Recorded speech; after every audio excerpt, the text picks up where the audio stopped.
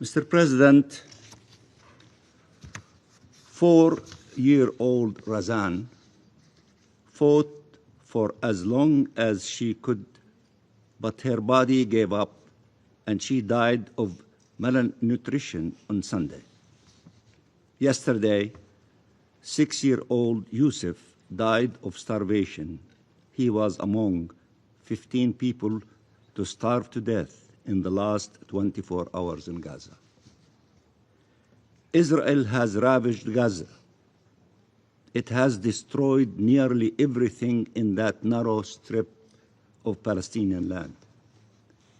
But nearly 2 million human beings remain, including 1 million children. They must be saved. Israel has destroyed everything: their lives, their homes, the mosques and the churches, the schools and the hospitals, the entire infrastructure of life, and even the cemeteries. But make no mistake, the real target is the 2 million Palestinians who remain in Gaza. For Israel, their destruction is required for its scheme to take over the land.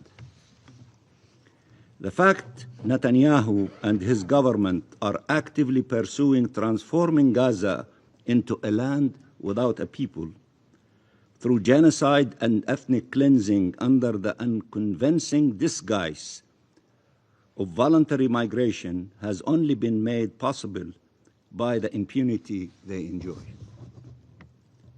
All of what is happening now was predictable, premeditated and planned. It is a criminal and cruel enterprise occurring openly for all to see.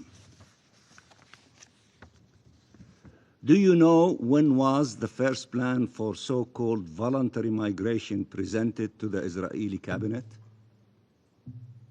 13th October 2023. Go back to what we said in this very chamber 20 months ago. We said this would be happening. It took tens of thousands of Palestinians killed for the world to acknowledge it. How many more need to die before getting the world to act to stop this genocide? Mr. President, in Gaza, starved journalists are reporting about starved health and humanitarian personnel trying to save the lives of starving infants and children and their starving families. People are dying of hunger and thirst by design or while desperately trying to get food or water by design. People are collapsing in the streets while being forcibly displaced yet again by design.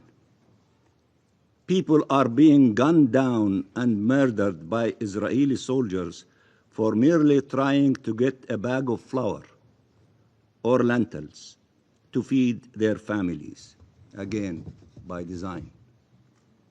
Every day now, we receive heart-wrenching messages from Gaza with few words: I am hungry. This is what our children are saying, and every individual in Gaza is saying, I am hungry. There is no food for my family. We are dying. Help us. What should we tell them? What should the Security Council tell them? That the whole world is against this starvation policy and yet it is worsening. That no one wants to see people in Gaza starving and yet the world watches on as they die of hunger and thirst. Should we read to them the strong statements issued or the resolutions adopted? What should we tell them? They hear of outrage, condemnation, pressure, and deals being made, but find no food to save their lives and the lives of their loved ones, or get shot to death while trying to reach it. They bury their sons and daughters every day. They grow thinner as their bodies eat away at them every day, wasting away, their struggle to survive more painful and more crushing every day. What should we tell them? That the negotiations for a ceasefire continue, and that in the meantime Israel has been given a right to massacre them and to deny them aid to life? Is that what international law stipulates? Is that what humanity dictates?